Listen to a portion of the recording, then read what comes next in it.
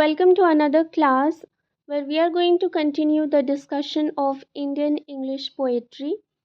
And today's topic is Michael Madhusudan Dutt. Michael Madhusudan Dutt is also known as pioneer of Indian epic and blank verse. This is an important point that he is the pioneer of Indian epic and blank verse. So now let's start with the biographical background of the poet. And from the biographical background, uh, we come to know that he was educated in Hindu College, Calcutta, the same college Henry Vivian Desrosiers was professor, and he came under the influence of Desrosiers movement.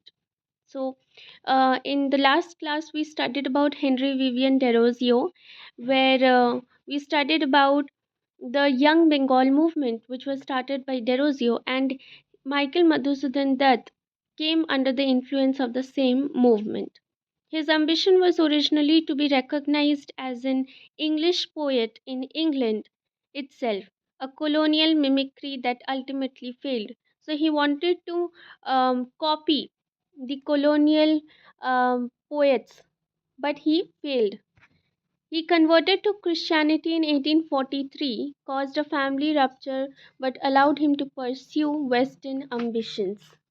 So he converted himself to Christianity and he published The Captive Lady in English, his main English language work, hoping to gain fame in England, and it was not widely received.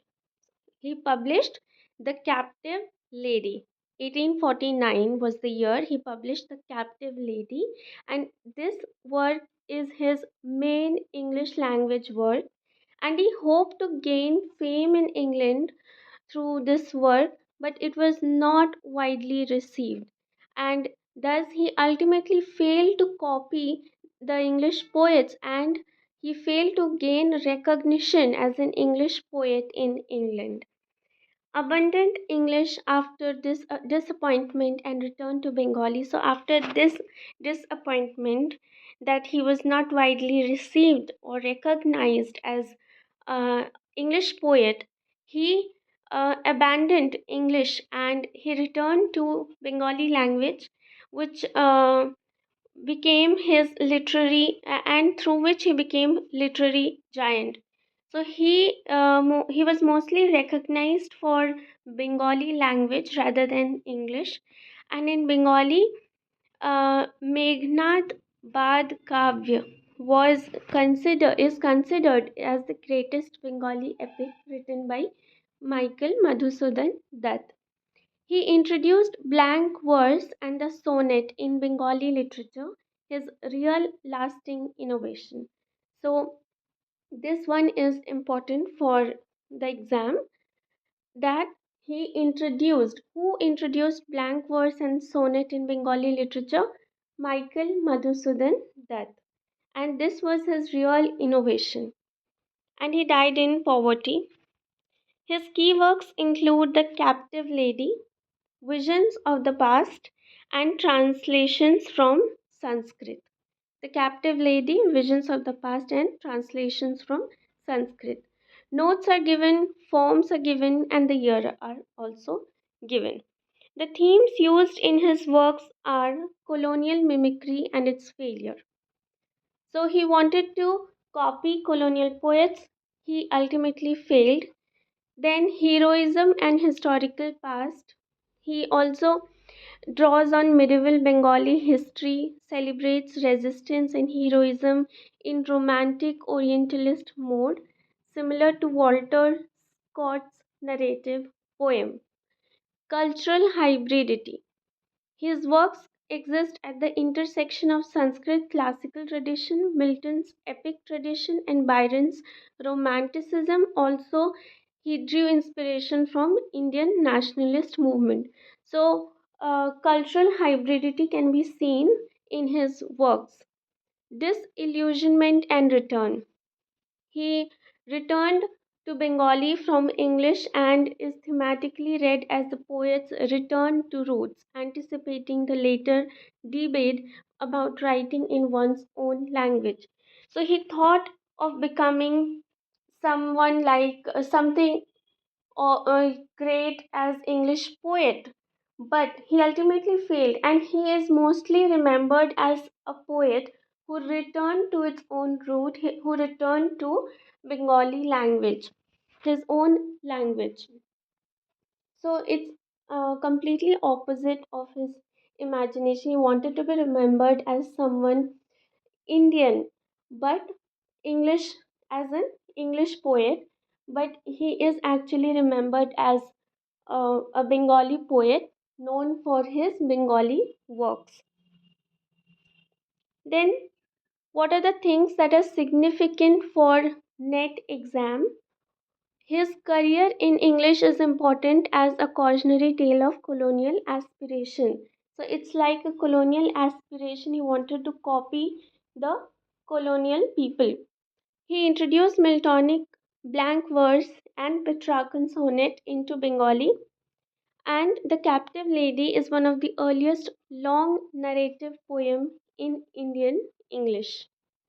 So these are some of the important points which are important, which are significant for the NET exam.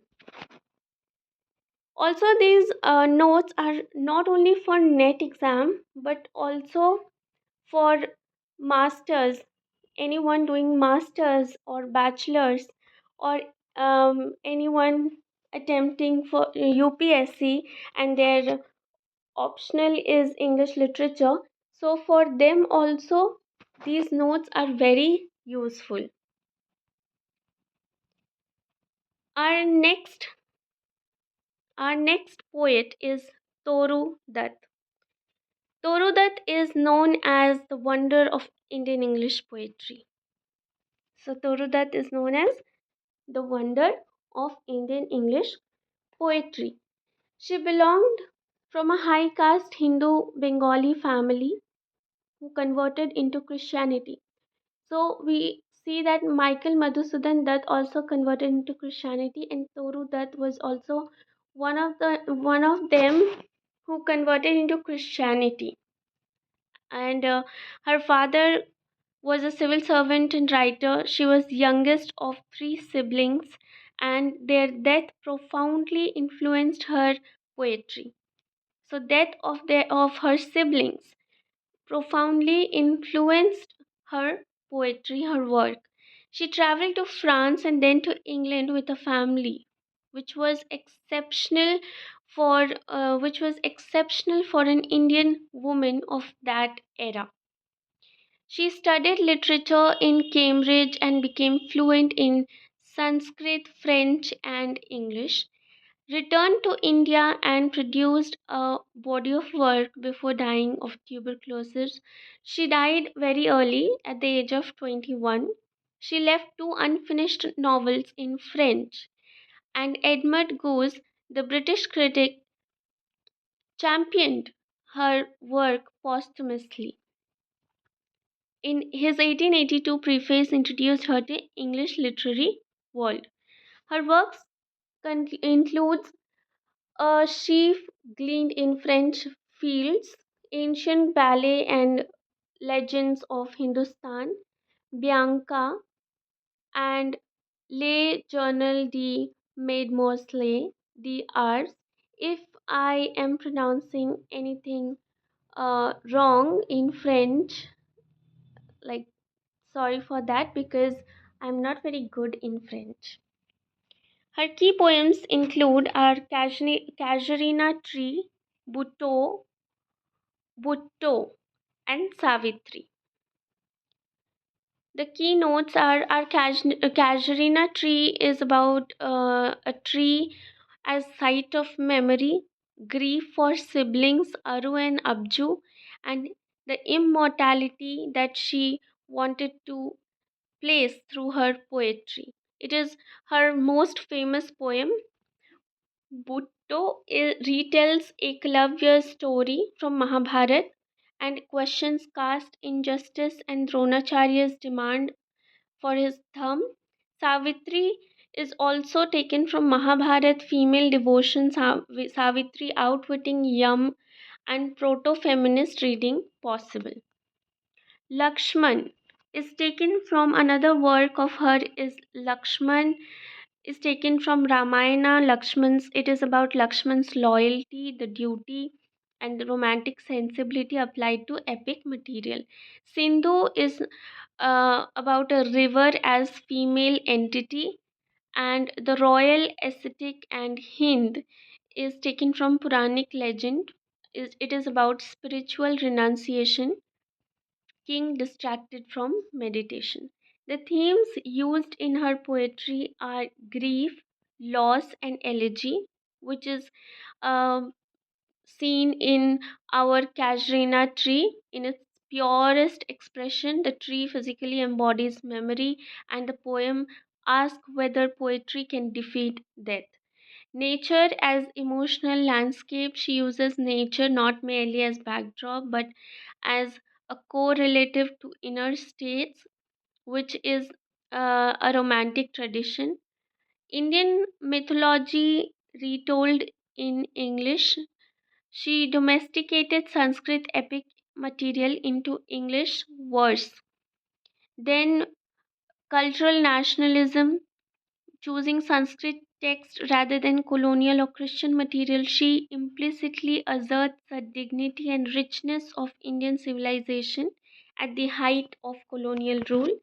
Then, female heroism, her selection of Savitri as subject is significant, a woman who outwits death through devotion and intelligence. And last of all is bilingual multicultural identity. As a poet equally at home in French and English, writing about Sanskrit material, Toru Dutt is perhaps the earliest example of Indian literary hybridity.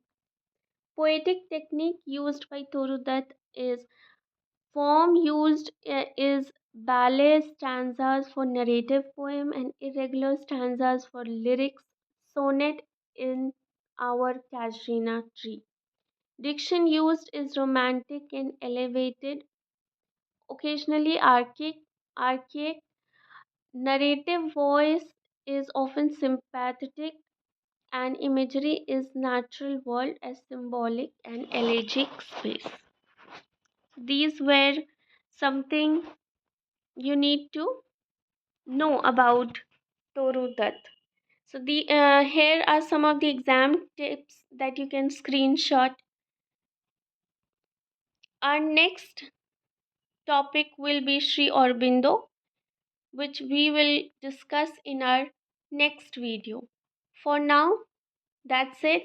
I hope you enjoyed this video, and if you did, if you think my videos are helpful, and if you have any suggestion for me, you can comment below, and you can subscribe to my channel, and help me grow this channel for someone who loves to read about Indian English, also someone who is very passionate about English literature. Thank you.